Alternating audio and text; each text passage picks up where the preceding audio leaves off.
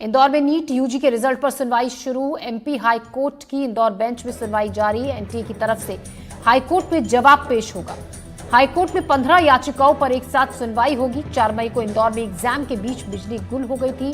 11 centres पर 600 से ज्यादा जो छात्र हैं उनकी परीक्षा प्रभावित हुई थी, जिसके चलते रिजल्ट पर रोक लगा दी गई थी।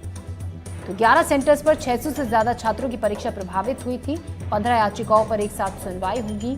नीट यूजी के रिजल्ट पर सुनवाई शुरू हो चुकी है। सुनवाई चल रही है। एमपी हाई कोर्ट की इंदौर कोर्ट में एनटीए की तरफ से हाई कोर्ट में याचिका दाखिल की गई। निहारिका शर्मा हमारी संवाददाता हमारे साथ जुड़ रही हैं ज्यादा जानकारी के साथ।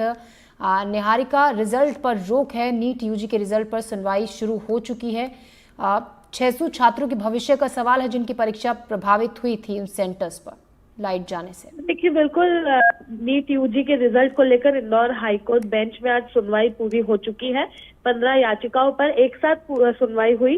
हाईकोर्ट के सवालों के घेरे में 3 लोग हैं जो एनटीए, बिजली कंपनी और परीक्षा केंद्र पूरी तरह से हाईकोर्ट के सवालों के घेरों में है। पिछली सुनवाई में हाईकोर्ट ने तीनों को नोटिस पेश करके जवाब मांगा था और 30 जून तक का समय दिया था। हालांकि एनटीए की तरफ से आज दूसरी सुनवाई में ही जवाब पेश कर दिया गया। सॉलिसिटर जनरल तुषार मेहता ने जवाब पेश किया है। बिजली कंपनी और परीक्षा केंद्र को 30 जून तक जवाब देना होगा।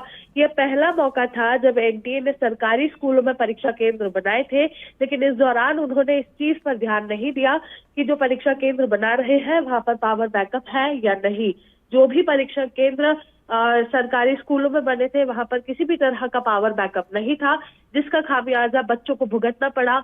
11 ऐसे सेंटर्स थे जहां पर 600 से ज्यादा छात्राओं की परीक्षा प्रभावित हुई। वे लोग परीक्षा नहीं दे पाए, कुछ दे पाए तो शुरुआती समय पर, कुछ दे पाए तो आखिरी के समय पर। ऐसे में उनकी परीक्षा सफल हुई, जिसके बाद उन्होंने इंदौर कलेक्टर आशीष सिंह के पास पहुंचकर गुहार लगाई थी, जन सुनवाई में अपनी बात रखी थी।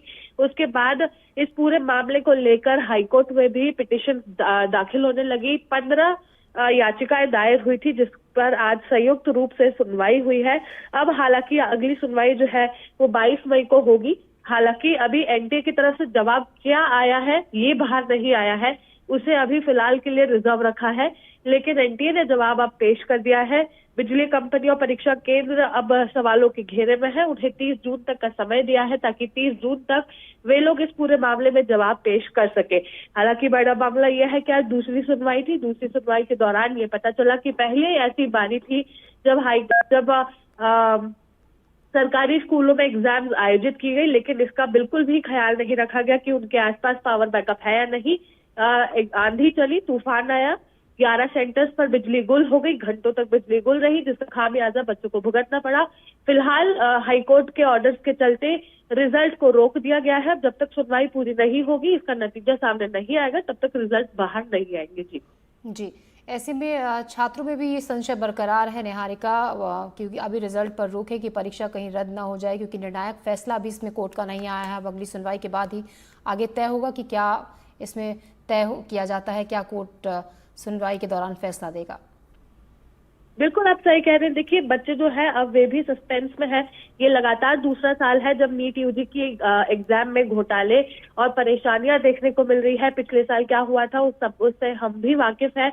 अब ये लगातार दूसरा साल था। हालांकि इस साल बच्चे काफी खुश नजर आ रहे थे। जब एग्जाम देकर निकले थे तब भी एनडीटीवी ने ग्राउंड रिपोर्ट में दिखाया था कि 90% बच्चों का कहना था कि इस बार की एग्जाम्स पिछली बार से काफी बेहतर हुई, लेकिन इस बार फिर बच्चों को वही सब भुगतना पड़ेगा, ये किसी को नहीं पता था। इस बार फिर वही सब हुआ। बच्चों के लिए कड़ी निंदा की बात है कि अब उन्हें मध्य प्रदेश सरकार से लगातार दूसरी बार निराशा हाथ लगी है। अब एक बार फिर उन्हें अपने रिजल्ट का इंतजार करना होगा। फिर वो बच्चे जो काफी सालों से परेशानियों का सामना करते हुए अपनी पढ़ाई पूरी कर रहे थे, उन्हें फिर रुकना होगा। ऐसे में कई सवाल उनके दिमाग में भी आते हैं। कई बार बच्चे ऐसे में ही गलत कदम उठा लेते हैं, लेकिन अब देखना होगा कि हाईकोर्ट क्या फैसला सुनाता है, उसका रिजल्ट कब आता है। जी, शुक्रिया निहारिका जानकारी के लिए। खबरों में बढ़ते आगे, अंबिकापुर में शराब घोटाला मामले में एसीबी का एक्शन। शराब सप्लायर अशोक अग्रवाल के घर पर छापा पड़ा है। घर की तलाशी ले रही है एसीबी की टीम। शराब घोटाले से जुड़े दस्तावेज तलाश कर रही है टीम। पूर्व आबकारी मंत्री कवासी लखमा के करीबी कवासी लखमा के करीबी बताए जा रहे हैं अशोक। एसीबी और डीएसपी प्रमोद खेस के नेतृत्व में छापेमारी चल रही है। रामनिवास